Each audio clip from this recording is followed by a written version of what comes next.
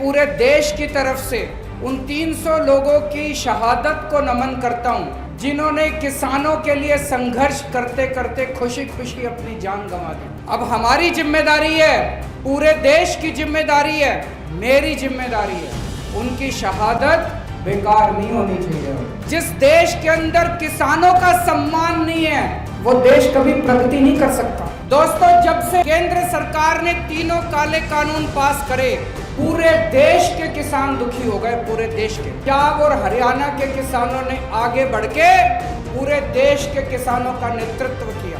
कोई कुछ भी कहे, चिंता मत करना, सारा देश आपके साथ है, सारे देश के किसान आपके साथ हैं। और जब से ये संघर्ष शुरू हुआ है, पहले दिन से मजबूती के साथ हर कदम से कदम मिला के आम आदमी पार्टी, अरविंद केजरीवाल और मेरी दिल्ली सरकार किसानों का साथ दे रही है। पंजाब और हरियाणा के किसानों ने दिल्ली की तरफ कूच करा था, तब केंद्र में बैठी बीजेपी सरकार ने एक षड्यंत्र रचा। 9 बड़े बड़े स्टेडियम उन्होंने सोचा इनको जेल बना देते हैं। स्टेडियम को जेल बनाने की पावर दिल्ली के मुख्यमंत्री की है। तो केंद्र सरकार ने फाइल भेजी मेरे पास, और भाई साहब फोन पे फोन आने लगे। धमकी भी दी उन्होंने मेरे को, पर भाई साहब मैं नहीं माना, मैंने फाइल रिजेक्ट कर दी उनकी। मैंने फाइल पे लिख दिया कि किसानों का आंदोलन सही है, किसानों की मांगे तुरंत मानी जाए, और मैंने फाइल उनकी वापस दे दी। भाई साहब इतना नाराज हुए, ये इतना नाराज हुए, मेरे से इतना गुस्सा हुए। फिर मैंने अपने सारे विधायकों को बोला, अपने सारे सांसदों को,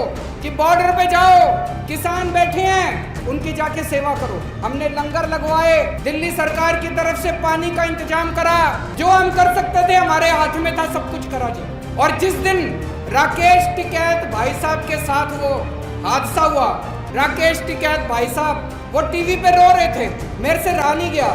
मैंने राकेश टिकैत जी को फोन करा, मेरी उनसे फोन पे सीधी बात हुई। मैंने राकेश टिकैत जी को कहा, आप अपना दिल कमजोर मत करो, हम सारे आपके साथ हैं, सारा देश आपके साथ है, बताओ आपको क्या चाहिए। बोले जी ये योगी सरकार ने हमारी बिजली बंद कर दी, हमारा पानी बंद कर दिया। मैंने कहा चिंता मत करो, 1 घंटा दो। 1 घंटे के अंदर हमने जनरेटर भिजवा दिए, बिजली का इंतजाम कर दिया, सारा इंतजाम कर दिया। और मुझे बड़ी खुशी है कि आज भी किसान आंदोलन 4 महीने के बाद जिंदा है। किसान आंदोलन का समर्थन करने के लिए वो अब हमें सजा दे रहे हैं। वो संसद के अंदर एक बिल लेके आए हैं कि दिल्ली के अंदर चुनी हुई सरकार, चुने हुए मुख्यमंत्री की कोई पावर नहीं होगी, सारी पावर लेफ्टिनेंट गवर्नर की। संसद के अंदर जब ये बिल पे चर्चा हो रही थी, बीजेपी के एक सांसद ने खड़े होकर बोला, केजरीवाल ने किसानों का समर्थन किया था, इसलिए केजरीवाल को सजा दे रहे हैं। मैं उनको कहना चाहता हूँ, हमारे 300 किसान भाइयों ने शहादत दे दी, अपनी जान दे दी। इस किसान आंदोलन के लिए अगर केजरीवाल की जान भी चली जाए, जो कहता है मैं भारत से प्यार करता हूँ, उसका फर्ज है कि किसान आंदोलन का साथ दे।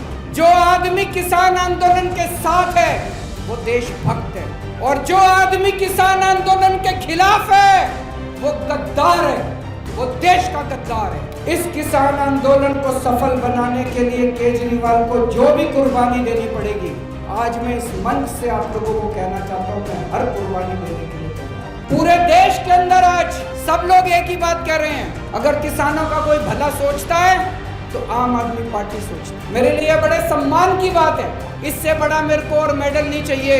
मैं बीजेपी वालों को कहना चाहता हूँ, केंद्र में भी उनकी सरकार, कितने सारे राज्यों में भी उनकी सरकार। केजरीवाल ने दिल्ली में इतने स्कूल बनवा दिए, बीजेपी ने पूरे देश में मिलके एक स्कूल नहीं बनवाया, एक कॉलेज नहीं बनवाया, एक अस्पताल। मैं इनको कहना चाहता हूँ, बीजेपी वालों को, स्कूल और अस्पताल बनाने के लिए, जनता की सेवा करने के लिए शक्तियों की जरूरत नहीं होती, नीयत की जरूरत होती है। आप पूरे देश में कहीं चले जाओ, तमिलनाडु चले जाओ, केरला चले जाओ, आंध्र प्रदेश चले जाओ, साउथ इंडिया चले जाओ, किसी भी आदमी को पकड़ के पूछ लो, भाई साहब दिल्ली में केजरीवाल है, उसने कुछ काम करा? किसी से पूछ लो, बताएगा हाँ जी स्कूल तो ठीक कर दी, कहेगा हाँ जी अस्पताल तो ठीक कर दी, कहेगा हाँ जी बिजली फ्री कर दी। और आप पूरे देश में कहीं चले जाओ और पूछो बीजेपी ने कुछ करा 5 साल में, कहेंगे जी उन्होंने किसान बर्बाद कर दिए, व्यापारी बर्बाद कर दिए, सबको बर्बाद करने के सिवा इन 75 साल में इस देश पे 2 ही पार्टियों ने राज करा, बीजेपी और कांग्रेस। आज देश की जनता पूछेगी कि अगर 5 साल के अंदर दिल्ली में स्कूल ठीक हो सकते हैं तो 75 साल में बीजेपी और कांग्रेस वालों बताओ 75 साल में तुमने क्यों? ये सारे पार्टी वाले मिलके मेरे पीछे क्यों पड़े हैं? आज ये सारे मेरे खिलाफ इसलिए हैं क्योंकि मैं इनके जैसा नहीं हूं।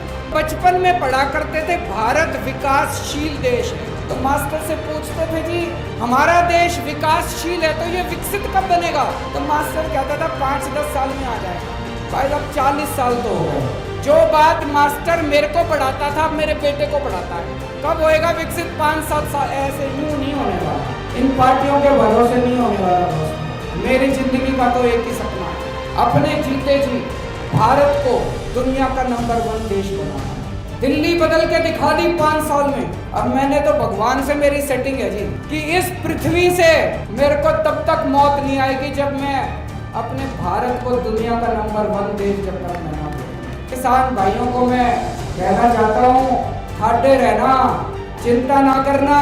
दिल्ली में थारा छोरा बैठा है सीएम, अंत तक चाहे कोई कीमत चुकानी पड़े, अंत तक किसान आंदोलन का साथ देंगे। और दोस्तों मेरा दिल कहता है समय लग जाए, लेकिन किसानों की मांगों के सामने, किसान आंदोलन के सामने बीजेपी को झुकना पड़ेगा, केंद्र सरकार को झुकना पड़ेगा, इनका विरोध